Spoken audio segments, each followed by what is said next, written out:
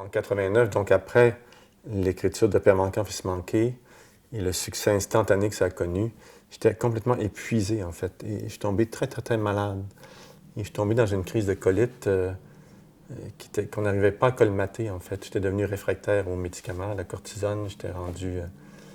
et là, je suis rentré sur une diète blanche, c'est-à-dire juste du pain blanc, du riz blanc, des nouilles blanches, du poisson blanc et tout ça, pour tenter de faire reposer l'intestin parce que la crise était tellement aiguë.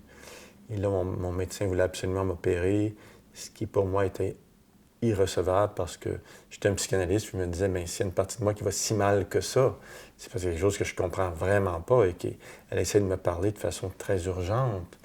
Et donc, je me suis dit, je vais essayer de m'en sortir. Et donc, je suis allé j'ai fait faux bon mon médecin, je suis allé dans une clinique de jeûne où j'ai failli mourir d'ailleurs parce que c'était un jeûne à l'eau, j'étais déjà beaucoup trop faible pour entreprendre ça. Et donc, à un moment donné, j'étais rendu à 45 kilos, j'avais plus de bon sens. Là. Mais là, quand même, à travers ça, je suis vraiment rentré dans une expérience de mort imminente, en fait. Et là, je suis vraiment rentré dans des moments d'extase, des moments d'union profonde avec tout ce qui existe, des moments de fusion. J'ai vraiment vu, là, les gens parlent de ça sur le proche de la mort, là, on récapitule sa propre vie, là, mais c'est drôle à dire, c'est pas le bon mot, en fait. Moi, ce que j'ai vu, c'est vraiment ma vie comme un battement de cartes, un battement d'un jeu de cartes. Et sur chaque carte, un moment de ta vie que tu vois, et tu vois tout ça défiler, puis en même temps, ça t'amène à la racine de ta vie. Et là, j'entendais vraiment des voix en dedans de moi qui me disaient des choses comme « Guy, pourquoi est-ce que tu n'es pas heureux? » Et là, je comprenais comment je m'étais créé mon propre drame. J'avais été enfermé dans ma propre mentalité, dans mon propre drame. En disant que c'est de la faute à papa, à maman et tout ça, puis il n'y avait rien de ça qui tenait debout. Je veux dire, c'était moi qui m'étais, à travers tout ça, mes croyances, mes peurs, mes illusions, mes comportements, les attitudes que j'avais adoptées, m'étais créé une cage et que je n'arrivais pas à en sortir et que cette frontière-là de la mort était en train de me délivrer de ce carcan-là de moi-même, en fait. Et pour moi, ces états d'extase-là, ces états d'union-là, venaient répondre à tout ce que j'avais cherché dans ma vie. C'était en même temps le sens de la vie, en même temps c'était la réponse. C'était cette union profonde avec tout ce qui existait. Et dans ces états de fusion-là ou d'union, il n'y a plus de... Tu sais, j'avais absolument pas peur de mourir. Je me disais, les vers vont me manger, puis je vais continuer. Tu es dans une sorte de conscience universelle.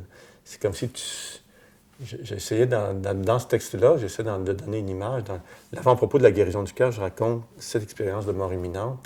Et dans cet avant-propos-là, je raconte que c'est comme si j'avais toujours été la pomme au bout d'une branche, et que là, tu te rends compte que tout à coup, que tu es la sève plutôt que la pomme, et que cette sève-là circule dans tout l'arbre au complet de la vie, et que tu as accès à toute la vie au complet, que tu es ça, tu es la sève même de la vie.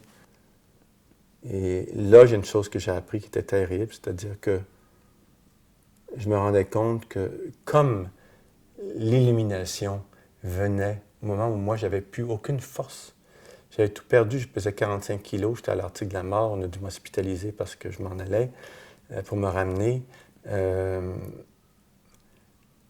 Si tu te dis, j'ai connu l'élimination de ces conditions-là, ça veut dire que la plupart du temps, j'utilise 99% de mes forces à résister à la lumière, à résister à la joie, à résister à l'amour. Parce que quand tu es dans cette place-là, tu n'es que ça. Tu te fermes les yeux, il y a une fontaine d'amour dans toi, tu es dans une joie extatique. Pourtant, tu es dans le fond d'un lit en train de mourir, là. Puis là, tu n'as jamais été aussi heureux de ta vie. Tu te dis, il y a quelque chose que je n'avais pas compris, certain. Et moi, je me rends compte que c'est ça. Notre énergie est utilisée tout en cherchant le bonheur à ne pas être heureux. Et que l'intelligence, l'élégance, dirait Jules Vigneault, l'élégance consiste à utiliser une partie de ton énergie consciemment, à dire « je vais nourrir ce qui me rend heureux ». Et c'est un chemin, je pense, qui est infini.